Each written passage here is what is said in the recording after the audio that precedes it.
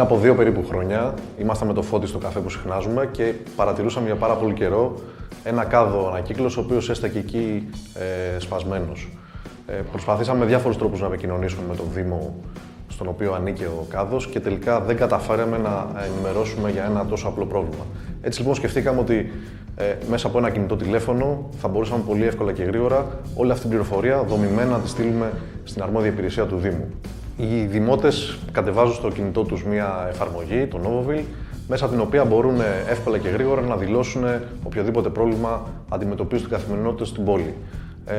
Ο Δήμος, από την άλλη πλευρά, υποδέχεται σε ένα διαδικτυακό διαχειριστικό σύστημα τα προβλήματα αυτά και δρομολογεί την επίλυσή τους. Σε όλη αυτή τη διαδικασία, ο Δημότης ενημερώνεται αυτόματα στο τηλέφωνό του για το πού βρίσκεται το πρόβλημά του μέχρι την επίλυσή του.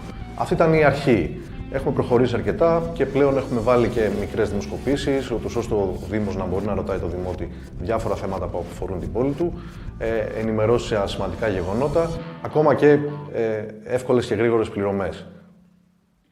Δημιουργούμε κοινωνική αξία βασιζόμενη κυρίως στην έννοια, για να χρησιμοποιήσω και την ελληνική λέξη, του πληθοπορισμού. Είναι αυτό που όλοι γνωρίζουμε σαν crowdsourcing. Η λογική είναι ότι η συλλογική ευφυΐα είναι πολύ καλύτερη από τη μεμονωμένη. Αν χρησιμοποιήσουμε τη γνώση που έχει ένας πολίτης για το τι συμβαίνει έξω από το σπίτι του, τότε η γνώση όλων των πολιτών είναι ισχυρότερη από οποιαδήποτε γνώση έχει ένας τοπικός φορέας όπως ο Δήμος του.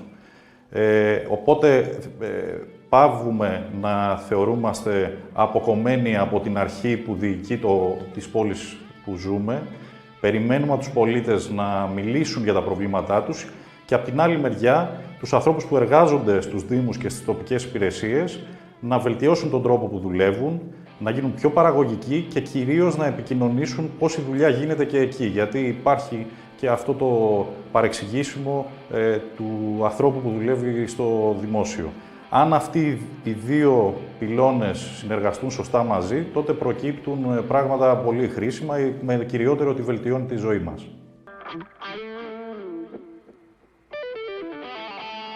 Οι πόροι μας προκύπτουν από διαφορετικές πηγές. Ξεκινήσαμε με χρηματοδότηση που είχα τοποθετήσει εγώ και ο συνεταίρος μου Ηρακλής εξ ολοκλήρου, παίρνοντας ένα ρίσκο σχετικά μεγάλο. Καθώς μεγάλωνε το Novoville, οι πόροι πλέον προκύπτουν εξ ολοκλήρου από τις συνδρομές των Δήμων που αποφασίζουν να μπουν στην υπηρεσία. Είμαστε πολύ κοντά στο να γίνει το Novoville οικονομικά αυτόνομο. Σε λίγους μήνες όλοι οι άνθρωποι που εργάζονται και όλες οι υπηρεσίες που πληρώνουμε θα προκύπτουν από έσοδα της εταιρείας. Αλλά το μεγάλωμα της εταιρείας και η πρόοδος της στο εξωτερικό δεν θα ήταν εφικτή εάν δεν είχαμε και χρήματα που ήρθαν από ένα επενδυτικό fund και τα οποία χρησιμοποιούμε τώρα για να μεγαλώσουμε την εταιρεία.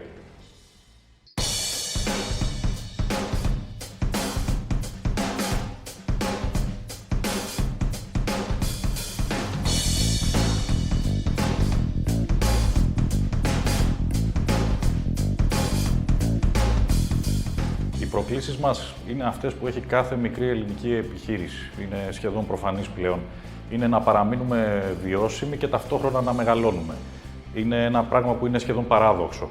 Ταυτόχρονα άλλη πρόκληση είναι τεχνικά να παραμείνουμε άρτιοι και να μεγαλώνουμε σε χαρακτηριστικά, να είμαστε πιο κοντά στο τι απαιτεί η τεχνολογία στις έξυπνες πόλεις και στις υπηρεσίες για τους πολίτες και προφανώς, καθώς μεγαλώνουμε, να μπορούμε να ανταποκριθούμε στο μεγαλύτερο φόρτο που δημιουργείται. Στρατηγικά, αυτή τη στιγμή η πρόκληση μεγαλύτερη που έχουμε, αυτό που σχετίζεται περισσότερο με το επιχειρηματικό μας πλάνο, είναι το να πάμε σε άλλες χώρες. Έχουμε σκοπό μέχρι το τέλος του χρόνου να έχουμε παρουσία τουλάχιστον σε άλλες 2 χώρες εκτός από την Ελλάδα. Ήδη βρισκόμαστε στην Αγγλία και είμαστε πάρα πολύ περήφανοι και πάρα πολύ αγχωμένοι για αυτό που συμβαίνει αυτή τη στιγμή. Γιατί ενώ κάποιος θα περίμενε ότι ένα προϊόν τεχνολογικό είναι εύκολο να πάει στο εξωτερικό, ακριβώς επειδή οι πελάτες μας είναι δημόσιοι φορείς, η κουλτούρα στις χώρες που πηγαίνουμε είναι εντελώς διαφορετική.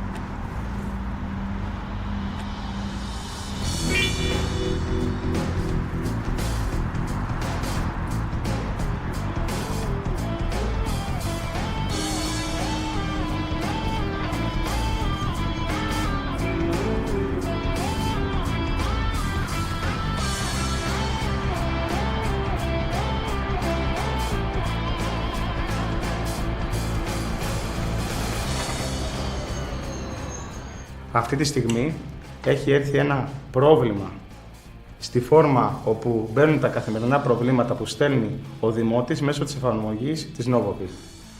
Το πρόβλημα αφορά έναν κάδο που έχει χαλάσει ο μοχλός. Εγώ μπορώ να δω το πρόβλημα μέσω της φωτογραφίας, ο κάδος και ο μοχλός που έχει χαλάσει. Η διαδικασία που ακολουθώ είναι η εξής. Διαβάζω μια σύντομη περιγραφή για να έχω την εικόνα του προβλήματος και η δική μου δουλειά είναι να τη χρεώσω στην αρμόδια υπηρεσία. Εφόσον τη χρεώσω, η κατάσταση για την επισκευή από εκκρεμή μπαίνει σε εξέλιξη και το μόνο που έχω να κάνω είναι να την αποθηκεύσω και να πάει στην αρμόδια υπηρεσία.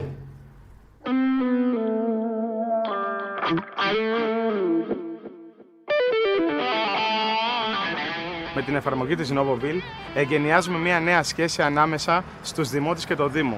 Αποκτήσαμε ένα τεχνολογικό εργαλείο μέσα από το οποίο θα μπορούμε να παρακολουθούμε και να επιλύουμε καλύτερα τα προβλήματα της καθημερινότητας. Κάνουμε τη διαφορά και πλέον μπορούμε 24 ώρες 24ωρο να έχουμε μια πλήρη εικόνα για τα προβλήματα της καθημερινότητας που αφορά τους Αγίους Αναργύρους και το Καματερό. Πώς επικοινωνούμε ένα εργαλείο σαν το Novoville? Προφανώς για τους πολίτες χρησιμοποιούμε μέσα πολύ κοινά πράγματα, τεχνολογίες που χρησιμοποιούνται και αλλού, όπως το Facebook και το Twitter, γιατί ένας άνθρωπος αρκετά ευαίσθητος να ασχοληθεί, να δηλώσει προβλήματα στη γειτονιά του, είναι στα κοινωνικά δίκτυα δραστήριος. Στην άλλη μεριά, στους Δήμους, χρησιμοποιούμε παραδοσιακά μέσα, όπως εφημερίδες, περιοδικά, γιατί αν δεν βρουν το Novoville σε ένα τέτοιο μέσο, είναι δύσκολο ένας δήμαρχος και ένας αντιδήμαρχος να μάθει για μια τέτοια τεχνολογία. Ταυτόχρονα όμως τους βοηθάμε να ενεργοποιήσουν τα τοπικά μέσα, τα κανάλια επικοινωνίας που έχουμε τους πολίτες τους έτσι και αλλιώς, και αυτό συμπεριλαμβάνεται στη συνδρομή του Novoville. Η καμπάνια marketing που κάνει το Novoville για τον κάθε Δήμο συμπεριλαμβάνεται στην τιμή της συνδρομής για τη διαχείριση των προβλημάτων.